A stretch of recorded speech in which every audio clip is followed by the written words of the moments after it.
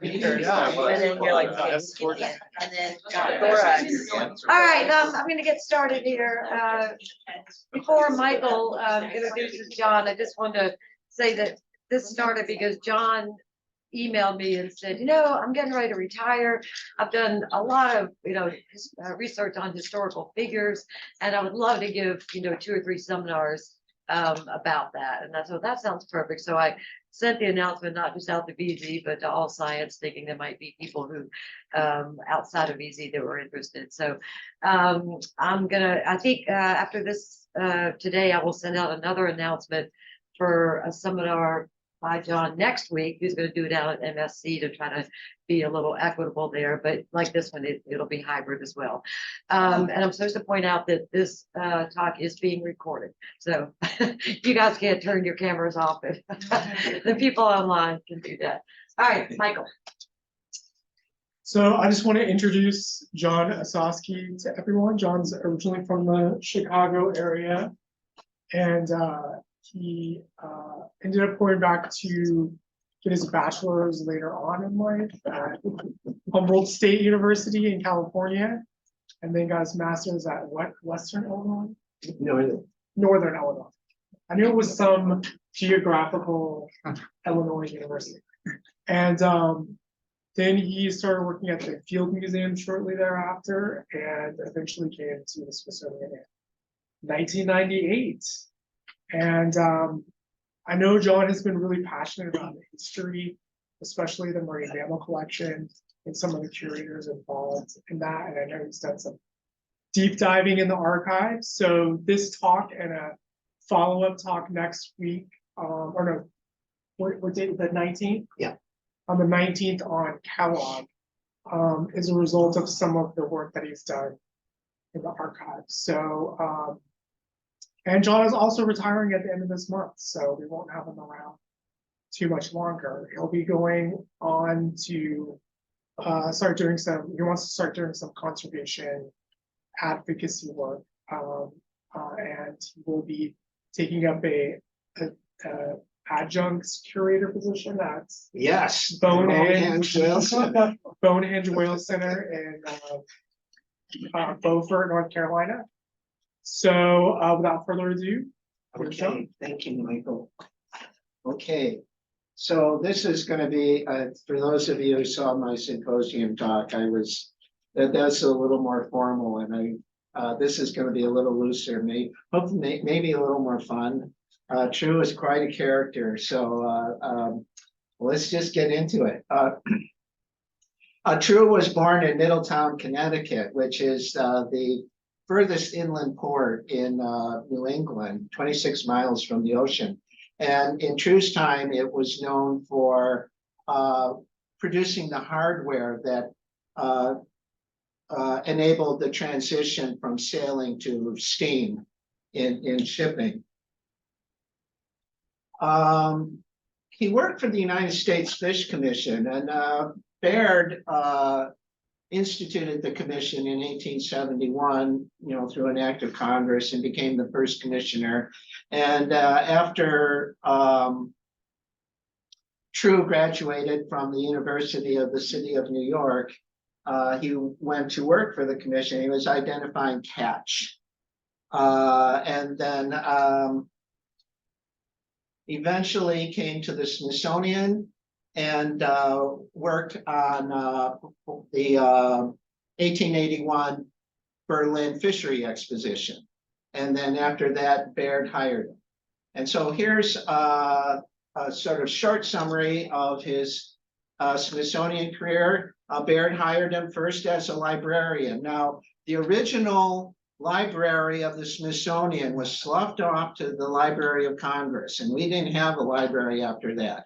And then Baird wanted to get it back started up, so he donated his own books and hired True.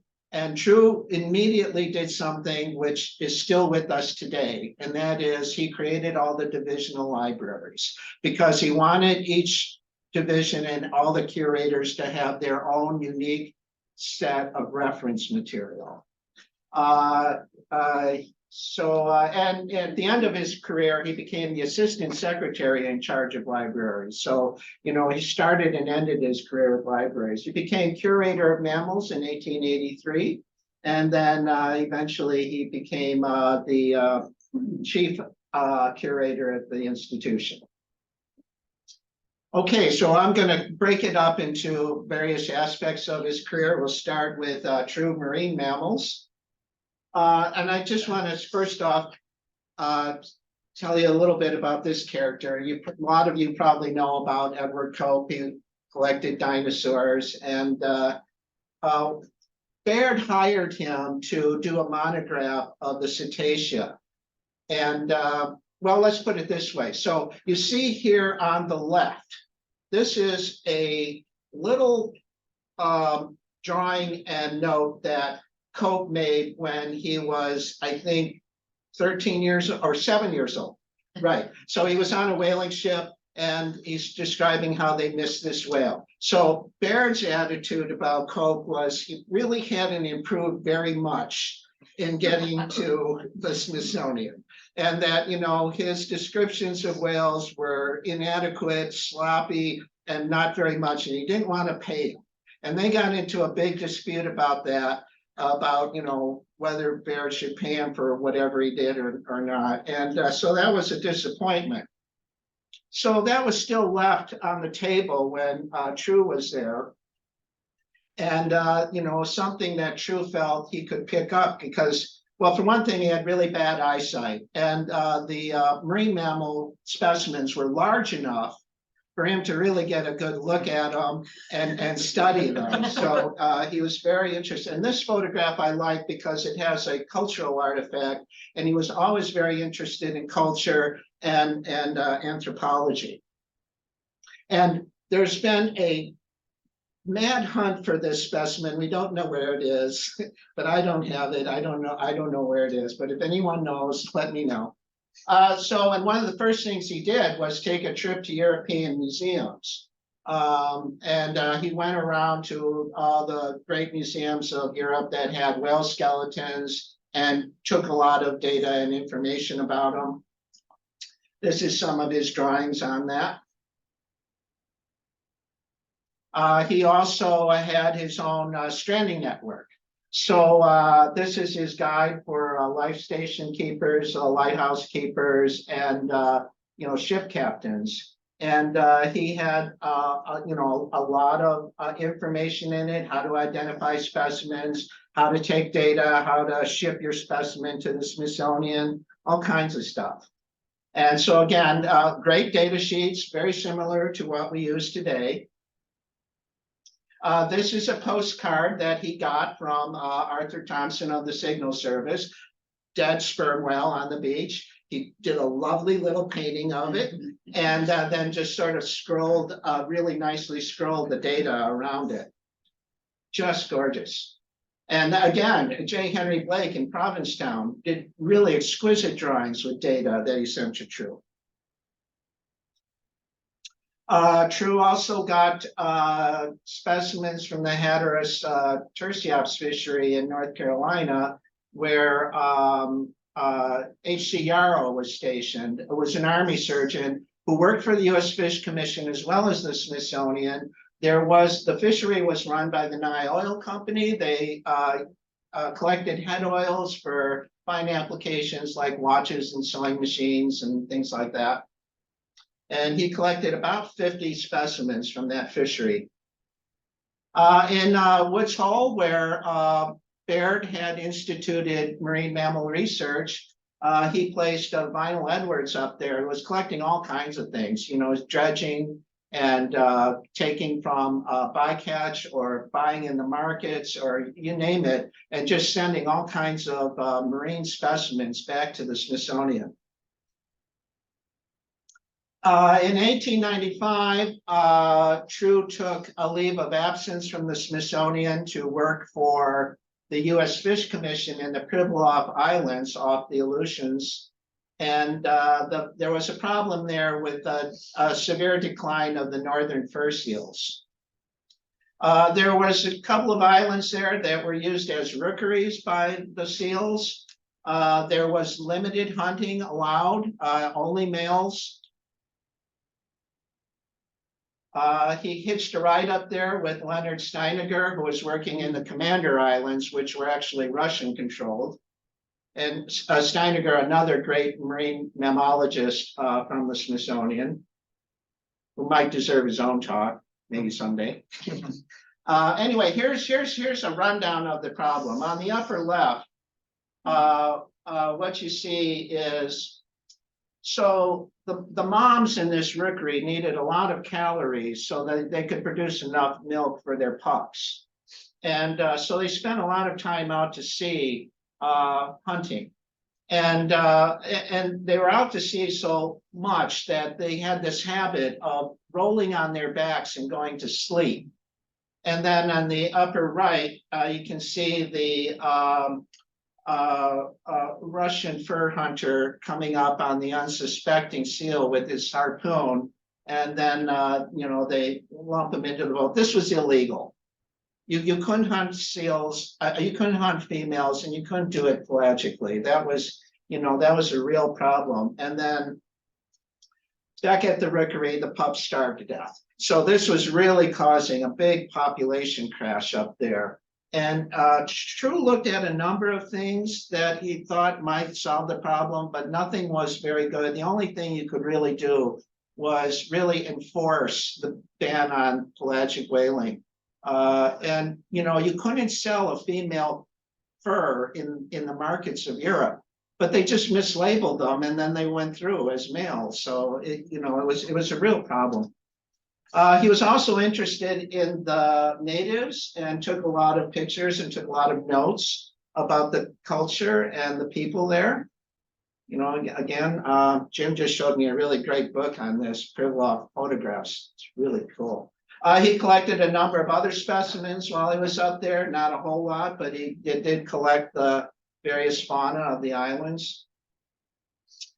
And I just want to say that fur seals are, again, thriving in the Pribilof, so, they can come back. So in 1899,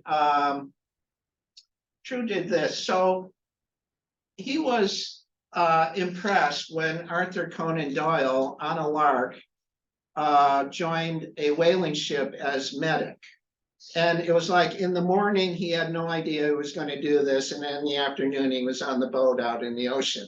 And he was a fish out of water. And, he got into a fight with the first mate pretty quickly, which was just a dumb thing to do. And he fell into the water, icebound water several times and lived to tell the tale, which was pretty incredible. Anyway, True was impressed by that and decided to join a whaling ship himself. And he tried to do as much of the jobs on the ship as he could, and he took photographs. So this is the ship that True was on. He's taking a photograph. There's a fin whale off the bow of the ship. They fire the industrial harpoon at it. The mortal blow is taken by the whale. And then the little catcher boat comes up to secure it. And they fasten it to the side of the ship and drag it up on the ramp for processing at Snook's Arm. And there's a number of these whales. So he worked at these whaling stations. He did a lot of dissecting and anatomical study, collected some specimens. He really did a lot of work working with these stations.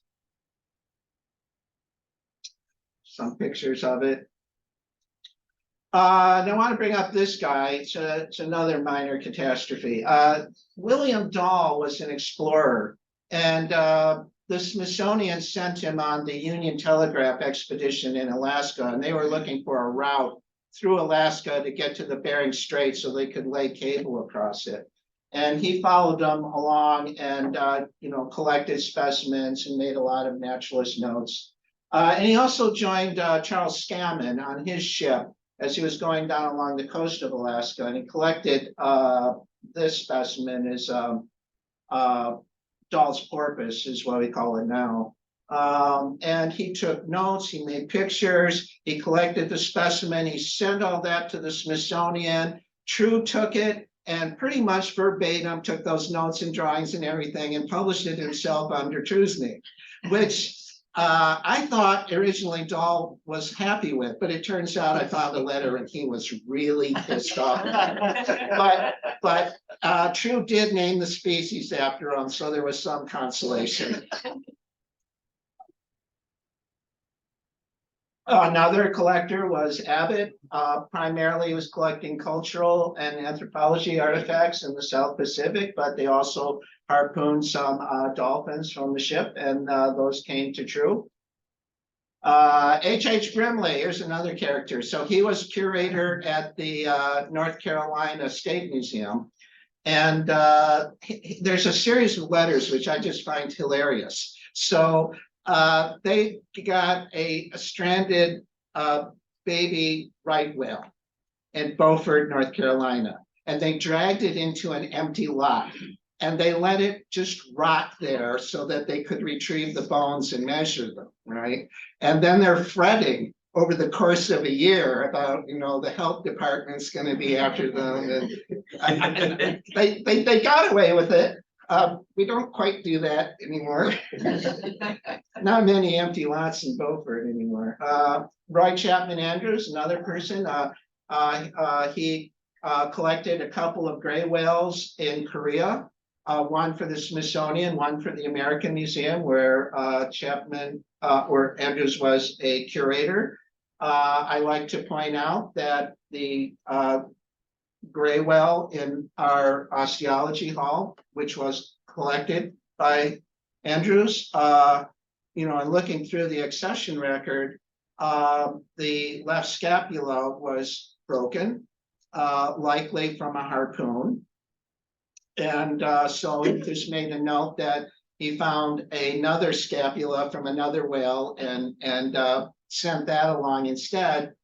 Mix and match at the time was, well, it wasn't encouraged, but then again, in a pinch.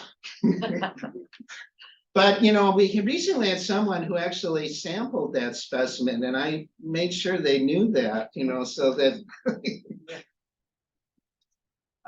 D.G. Elliott at the Field Columbia Museum was kind enough to lower this right whale down so True could, study it at ground level. Charles Scammon, another person who, sent a lot of, he was a Yankee whaler, mostly worked in the Pacific, sent a lot of specimens back to the Smithsonian. He was a great naturalist. And his classic book is The Marine Mammals of the Northwest Coast of North America. And this is an illustration from it. It depicts Scammon discovered the shallow lagoons in Baja, California, where the gray whales calved. And, they figured out how to get in there and, harvest these whales. And a lot of whalers followed Scammon. And this brought the population to the brink of extinction. In fact, some thought it was extinct at one point. And he deeply regretted that. And gave up whaling and, just devoted his life to naturalism, being a naturalist and an ardent whale conservationist. Ooh, that's Roy Chapman again. That's the gray whale. Okay, I got 2 slides of that. Anyway, what did True do with all of this material? He did a number of things. So at the time, cetacean taxonomy there's a lot of chaos because there was a lot of duplicate names out there. So from different geographic areas and in different languages, or simply that, whoever was writing it didn't know about another paper or, thought he had something different, or again, confusing a sexual dimorphism with speciation. So True tried to clean all that up with his review of the family Delphinidae, which really took a good look at evolutionary relationships, how things are related, and tried to make much better sense of the dolphin family. And this is, again, one of his real classics is the whalebone whales of the Western North Atlantic. This monograph gets at the question of, are the whales on the eastern side of the Atlantic the same as those on the western side of the Atlantic? And he did, he brought in all of that information that he gained at whaling stations to go through this and what he learned in Europe, and really made a very good analysis of it. It also includes a lot of information on whaling and whaling practices and product. One way to get at the question of are whales the same or different on each side of the Atlantic is to write to whaling station masters and ask if they've collected any harpoons that were embedded in a whale that were from somewhere else. And so this Norwegian whaling station master reported to True that yes, they took a blue whale with an American harpoon in it, which was confirmation that the whales could traverse the Atlantic. He also did an account of the beaked whales of the family Zephiidae, and he started a long tradition at the Smithsonian of specialization in beaked whales. We have by far the best beaked whale collection in the world. We've had a lot of researchers who work on it. Jim Mead here in the front row has done a lot of work on them. It's been a great tradition of something we've really specialized in. And there was a beaked whale named after True, Mesoplodon myrus, True's beaked whale. Okay, and he also was interested in fossil marine mammals. So he sent his preparators, Joseph Palmer and his son William, out to the Calvert Cliffs to collect. It's still a great place to collect marine fossils. Looking at the archives, I'm just impressed at what an expedition it was to get to the Calvert Cliffs at that time, because there wasn't a road that went there. So you really had to, plan it out, and there was only one place to even stay.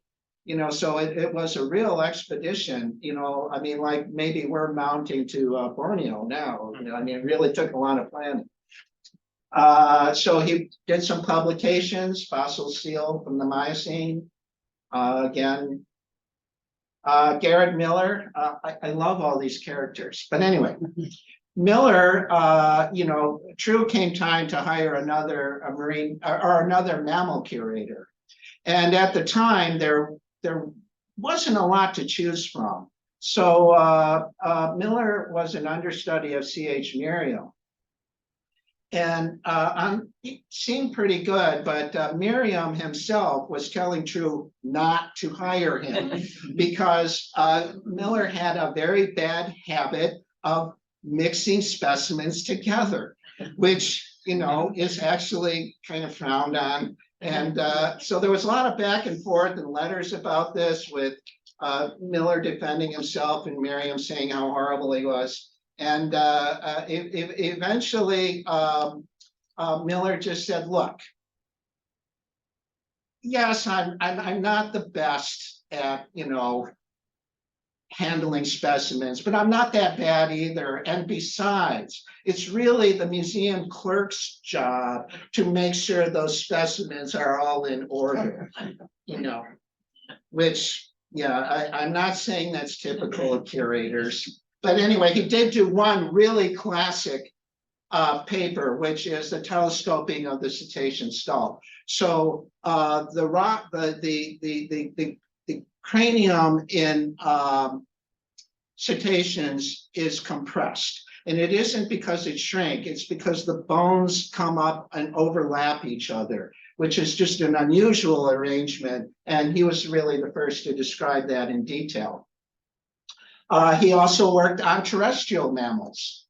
A great paper was the revision of the American moles, and he just goes into exquisite detail about soil, about temperature, about skull morphology, and all available earthworms. So it's a great. This is True's great unpublished monograph, and it's in the archives, and I hope someday that maybe the Biodiversity Heritage Library scans it and then puts it online. But he did a wonderful, huge work on the antlers of the deer family with lots of data and a lot of illustrations. And I just want to go through some of these with you. He really really nice stuff. He loved anomalies. He loved, he's basically, he was, curiosity cabinet type of person. If it was weird, all the better. And of course, mutations gave these guys the idea for, how natural selection could occur. Again, just weird stuff. So anyway, I really do hope that this monograph does see the light of day at some point. Here's another really interesting episode in True's career. So, Spanish-American War broke out in 1896. And there was a lot of concern about the Spanish fleet coming up the Potomac and attacking the city. So, True was very interested in safeguarding the national treasure. And so he enlisted pretty much all of the men who were staff at the Smithsonian to join a regiment to protect the Smithsonian in the event that the Spanish fleet sailed up the Potomac and attacked.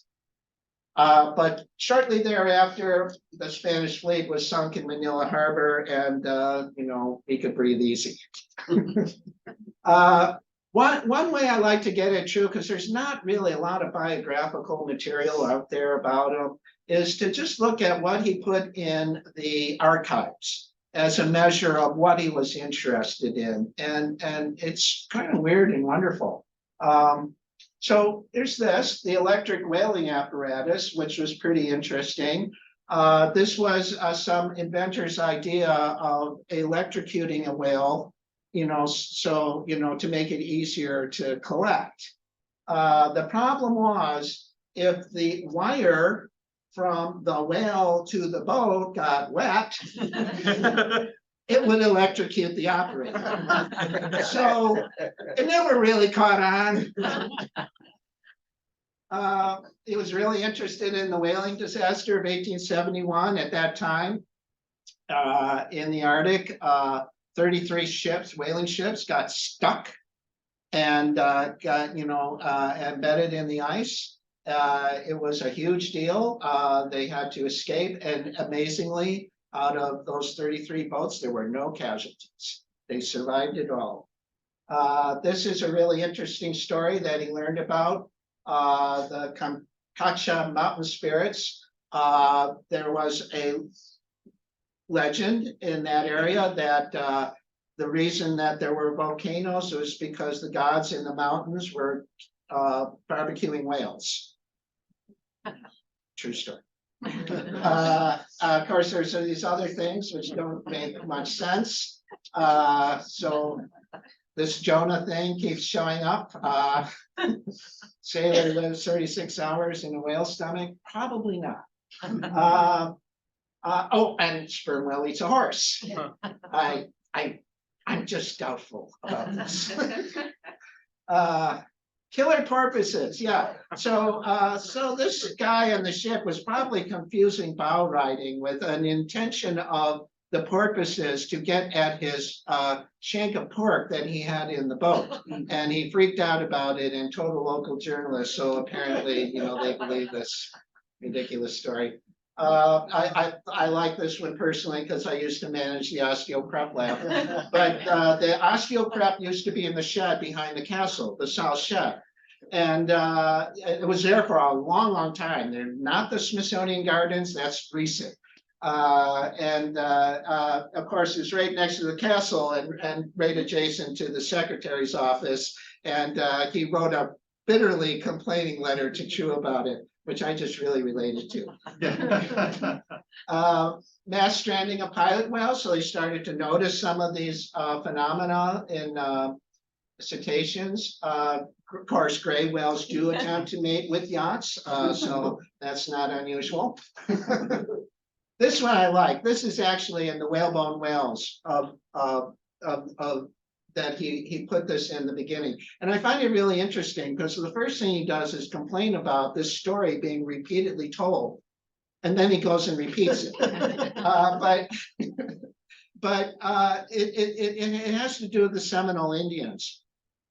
And this story they had that, this warrior, saw a right whale out in the ocean, and he swam out to it with 2 stakes and jumped on top of the whale. And he slammed one stake into one blowhole and then grabbed on, and the whale died. And then when it came back up, he took his other stake and slammed it into the other blowhole and killed it, and it floated back to shore, and he fed the whole village.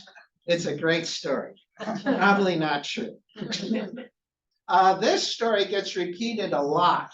So they're looking at normal sort of behaviors of these animals, like humpbacks and swordfish. And people imagine that they're having this war going on, and killer whales. But this one just got repeated over and over, and people really believe that these cetaceans were having battles out in the ocean. Yeah, obviously. So this professor is said to have corralled blue whales and milked them, and made really delicious dairy products out of it. This one is actually a true story. So as they were laying cable across the Bering Strait, it broke. And the engineer, when they pulled the cable up, a sperm whale was entangled in it. And the engineer wrote to True and said that this whale must have been clobbered by the cable as it was being laid down, because there's no animal that could sustain the pressures at the bottom of the ocean. But True actually saw it as evidence of just how deep sperm whales could dive. And this kind of entanglement actually continued until the 1950s. Whales communicate using sound. This was a weird idea back then, but now not so much. Okay, now True was also a great historian, which I also relate to. I'm not that I'm a great historian, but True was. He collected a lot of data on whaling and whale products. As I said, he was almost obsessed about it. And in the archives, here's another great thing. So he completely wrote out a lecture on whaling, the history of whaling. And he had, those old, those huge slides that required a big gas light, and we don't have those slides. I really looked around for them because I thought that would be a great find.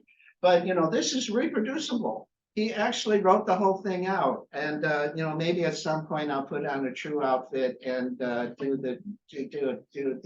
that talk. He was editor and historian for the National Academy of Science, and wrote some histories up, including O.C. Marsh and Joseph Henry. Now True married into the Prentice family, and his father-in-law was a wealthy physician in DC, and supported True's expeditions. He's going to Europe and the Pribilots, all these places. He got money from somebody, and that was his father-in-law, who also accompanied him often.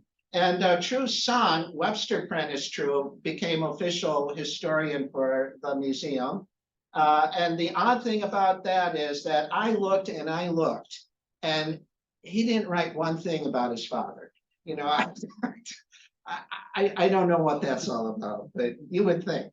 Anyway, so True also was curator of a lot of expositions and exhibits. And here's a list. So a lot of things that he curated, just a lot of great stuff. And I'll go into a couple of them here. Oh, by the way, this is Louis Dikey. from Kansas, young man, really gung-ho about taxidermy, showed up at the Smithsonian and said, you have to take me and I'm going to learn this. And they thought he was some sort of pest, but he wouldn't go away. And he became a great taxidermist and worked with True on a number of these things. On the lower left there, you see the Ibex exhibit that he was working on, and Dikey being really poor, that bottom area turned into his apartment. He had a little trap door that he'd go into at night, and that's where he slept. So we collected a blue whale in 1903 from the Blaine Station in Hermitage Bay for exhibit. And I'm going to talk you through that.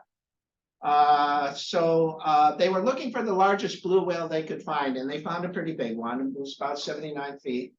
And here they are starting to drag it up on the whaling station ramp. Again, drag it. So they're starting to put plaster on it right away because they want to make a cast, and they have no time to waste because those whalers are going to flense this thing out, and they're not wasting any time. So, they're working on, here's the flensers getting ready. Here they are putting plaster on it while it's still on the boat ramp. Again, putting plaster all over it. And this is after the head had been taken off, and they're putting plaster on the head. And then the Palmers and the whaling crew helped flense it out. And the reason that our people were helping to flense it out is because they wanted the skeleton, which they were going to package up and send to the Smithsonian for processing. Here they are, that's Joseph Palmer in the middle. Here they are crating up the skull. And then back at the Smithsonian, again in the South Shed, they started to put this thing together. So they created a mold, and now they're making the cast. And they're putting it together, making the framing, putting it all together. Layers, this is the caudal region. This is actually an upside down view of the top of the head, which is there. And that's what it looks like from the outside. And this went to the Louisiana Purchase Exposition, which was a World's Fair in St. Louis in 1904. And here you see them installing the cast of the blue whale. It looked like a giant blimp. It was what it was. We got better with creating these sorts of displays as we went along. But it certainly was impressive, and you can see underneath it is the skeleton of the blue whale. Again, from another angle. True liked to make literary references. So he was describing this whale in St. Louis to a journalist, and he was saying, well, it's so big that if Jonah was inside of it, Jonah could have a living room and a kitchen and a bathroom and live comfortably. But he also got in a lot of good information about blue whales in this article.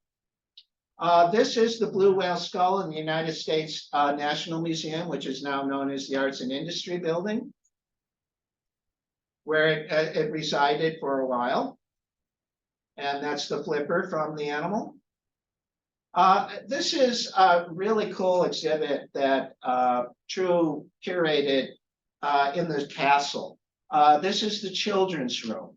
And, it's kind of a precursor to Curious. And so you can see here you have cases where you have these sort of, oh, wow, specimens at child height. So, a little kid could come in there and he wouldn't have to be looking up over something. Everything's at their level. And, you've got like great insects and butterflies and colorful birds and tarantulas and things like that. And then, he wanted to add a little extra oomph to it. So he went totally psychedelic, and he has this kaleidoscope, which is on the left. And it's a lens kaleidoscope, and you see the fish tank in the middle, and they go together. So he had a person in there who would do this, but they'd scoop out a goldfish and they put it in a little glass tank at the end of the kaleidoscope and put it in there so it'd be swimming around, and the kid would look in the kaleidoscope and see this fish creating this mosaic of. They eventually decided they were killing too many fish and ended it, but I mean, it's really cool. He curated the Hall of Marine Life, which opened in 1916. Unfortunately, True died in 1914, but he had it all laid out before, it actually went up. So, it was very much his exhibit, and it showcased, all of the collecting that he had done and all of the work that he had done in describing marine mammals and how they're related to each other. It was on the second floor west, where the insect zoo is now, and the butterfly pavilion in that area. A lot of material went in there. We still have a lot of that out at Garber. So, you can see there's 32 skeletons, 26 casts, 4 models, 61 specimens. It was just an incredible haul, and I wish it was still up. Really, I love that old-fashioned, natural history museum. Here's the species list, quite extensive. The gray whale in the hall. Another shot of that. And then still the gray whale. And then this is the blue whale. So in the hall, the big skeletons went down the middle of the hall, and then smaller things were in cases or on pedestals around the periphery. It would have just been jam-packed in there, and it would have been just really intense and really cool. And then this is in the hall. This is that same cast of the model of the blue whale that went to St. Louis. And that's Steiniger and Kellogg looking at it. The gray whale was then installed in the Osteology Hall in 1960. And there it is.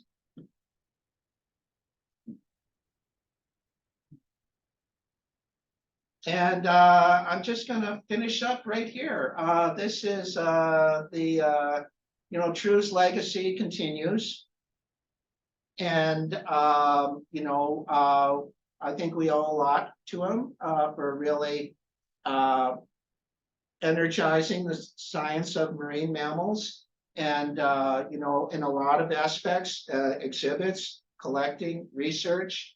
And he was a fun and interesting guy, and his legacy lives on, and we're still doing a lot of marine mammal work, and that's all I have to say about it. Thank you. I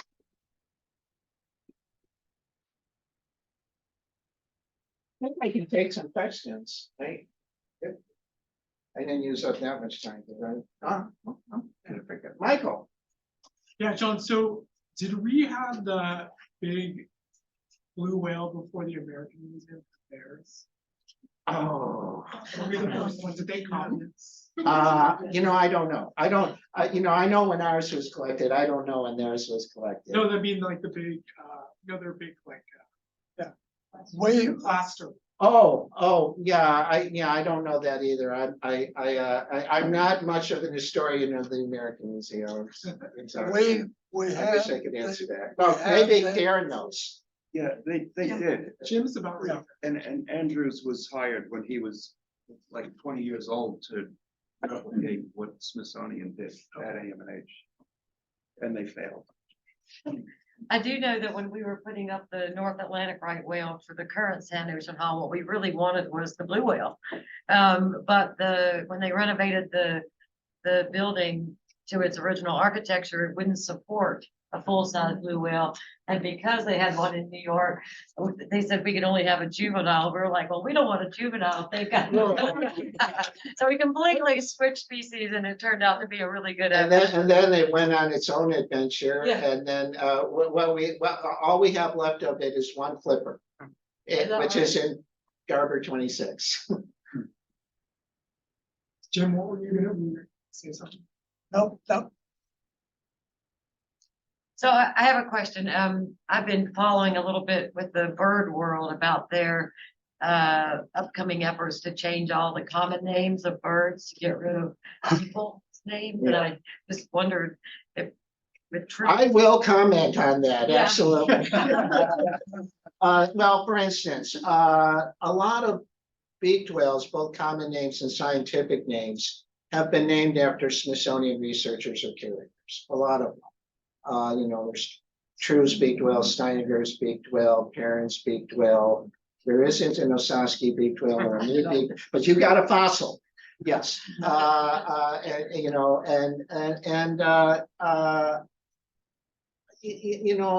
This has come up with the rice as well. And, Dale Rice was a great whale scientist, and he worked on this population. And, if anybody deserves credit, that the question is, should we be naming a species that humans are driving into extinction after a member of the species that is doing the, extinction driving? And that's a real question, because it feels awkward to me, and the name American whale was suggested early on. And, and I think that encompasses, our responsibility for the Rice's whale and that, and, is a little nicer name. I personally, there is actually a group now that is petitioning NOAA to change common names of some of these. But, the thing is, common names are whatever the common folk call them in whatever culture and whatever language. And they change over time, and you can have more than one common name for one animal. Nobody calls pilot whales blackfish anymore. No one calls blue whales sulfur bottom whales anymore. These things change. You can have grizzly bears and brown bears. I think that they're really, and it keeps coming up over and over. When I do talks, this issue, people keep asking about it. I had a documentary, person who's making a documentary on the Rice's whale in the collection yesterday, and I spent almost the whole day with her. And, this question comes up. And, because it's something that a lot of people just feel very odd about, that we're naming us like, this is my species. This is, Jim Mead's species, or something like that. I mean, I think it may be time to shelve that myself, but I don't want to muddy the waters too much when it comes to the Rice's whale, because that's a side issue, really. The real issue is saving this whale, which is in just desperate straits, and I don't want to get too sidetracked into arguing about the name, but I do use both names. The American whale is catching on. A lot of people are using it. A lot of people like it, including, people at the Smithsonian. And, so I think both are appropriate myself. Yeah, but it still hasn't been established whether it's only present. What? It still hasn't been established whether it's only present in America. It may also be present in Mexico. So I think people don't necessarily want to call it the American. Well, that's true, but there's other species that are, Americanus that, aren't exclusive to America. And if you think about it as the continent rather than the country, I think you could say that. But also, people have been looking for this whale, and there hasn't been a sighting in the Caribbean or, in off Mexico that I know of. And they're also putting in sound recorders to see if they can pick up their calls, and so far not. So, but I still think it would be a nicer name than Rice's Whale, but But- you know, and I keep getting a lot of, you know, and even scientists saying it's calling it the rice whale. And no, don't say that. But True's whale is still True's whale, at least for now. Yeah, well, yeah, it is, but that is the one that where the common name is named after a Smithsonian curator, but the scientific name is not. Ah, You know, in all the other cases, Yeah. they match. Do you have enough correspondence of True's to get a sense of what the community of scholars was like during his era at the Smithsonian? I mean, with you mentioned Cove, you mentioned Garrett Miller. So, yeah. it would be really interesting to know how these people viewed their colleagues and whether they're not in a sort of, first, one-on-one, sort of like this guy hated that guy or whatever, but There was a lot of that. although I'm sure that's true at times, but I just am sort of, were they, I know in geology, the Cosmos Club was a big thing for a lot of Yeah. those people. I don't know if that was true for Well, the. True was so eccentric, he just didn't do things like that. Uh-huh. But I'll say this, of course, the Smithsonian, for most of its history, was at the center of marine mammal science and conservation. And we were the voice, we were the big fish in the little pond. Now we're more like a big fish in a big pond because, the science has expanded so much. But it's sort of like what I was talking about, the agonizing over Garrett Miller. The problem was if they had someone else, they would have gladly done that, but there wasn't anyone else. And so, the number of people really working on these and really doing good science was very small. It was just, a totally different world than what we have now, where, we do this Whales on the Brink Symposium, we bring in all kinds of people from all over the place.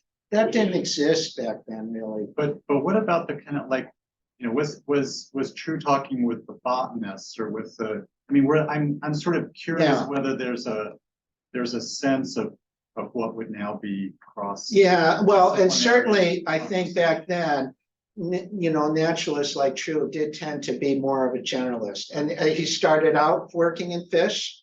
He never lost interest in fish. When he was in the Pribilofs, he was collecting snails, he was collecting, turtles, whatever, and I think he did have a very broad interest in natural history in general. And, but again, I think people back in that era were less specialized, and more interested in general, the field as a whole.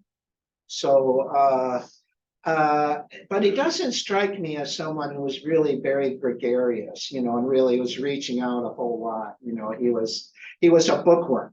He was a librarian. do we know how many curators were here when he was here? Oh, how many? Not many. I don't know the exact number, but way less than we have now. So if you don't think we have many curators now, that was really pretty small. It's harder to tell because my impression is formed from, knowing some of the paleontologists, and the difference between the Smithsonian and the US Geological Survey was, they didn't really seem to distinguish often. People would work for one and. Right. And the same with the US Fish Commission. Right. And, and a lot of these, federal agencies almost erupted whole out of the Smithsonian, the Marine Mammal Commission, NOAA,